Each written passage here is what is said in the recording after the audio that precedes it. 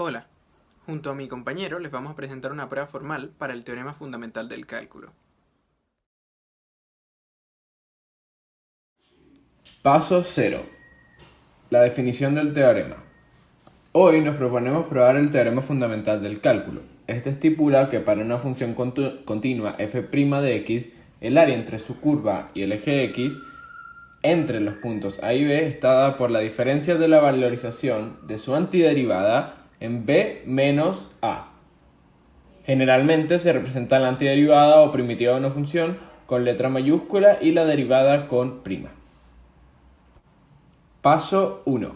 Iniciaremos dividiendo el eje x de la función entre a y b en n intervalos de delta x de igual de largo.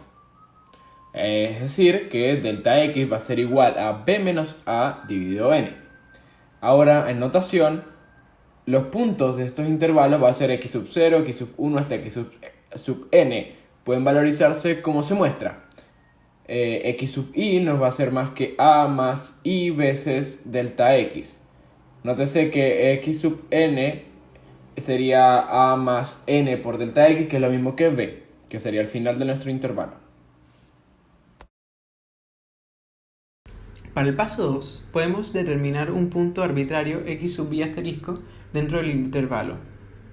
Entonces, podríamos aproximar el área de la función entre x sub i y x sub i más 1 como el área del rectángulo de base delta x y altura f' de xy asterisco.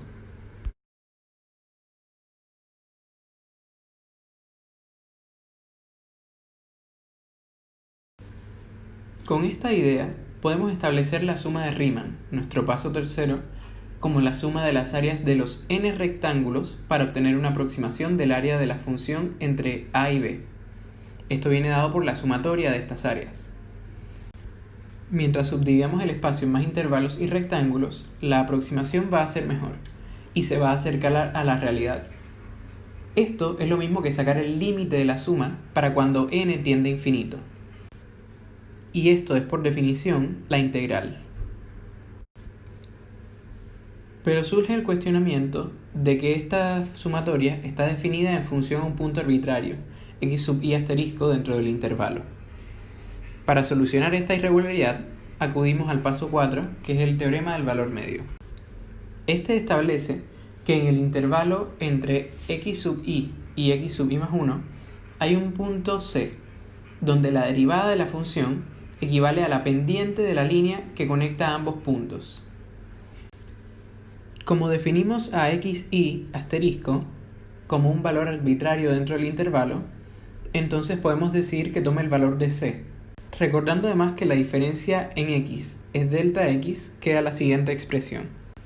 Gracias al teorema del valor medio, que es muy extenso para probarlo hoy, podemos decir que en todo intervalo entre x sub i y x sub i más 1 existe un punto x sub i asterisco que cumple con estas condiciones de c. Paso 5. Gran final. De la ecuación derivada anteriormente con el teorema del valor medio, obtuvimos la siguiente ecuación. Como ambas ecuaciones son iguales, entonces podemos agregar una suma y se sigue manteniendo la igualdad. Entonces vamos a sumar desde i igual 0 hasta n ambas expresiones. Nos damos cuenta que el lado derecho no es más que la definición de integral dada al comienzo de esta prueba. Mientras tanto, el lado izquierdo es una suma telescópica debido a que los términos se cancelan entre sí. Finalmente, en el lado izquierdo solamente nos queda f de x sub n menos f de x sub 0, pero x sub n recordemos que era b y x sub 0 recordemos que era a. Finalmente nos queda f sub b menos f sub a es igual a la integral de a b de f' de x, probando nuestro teorema.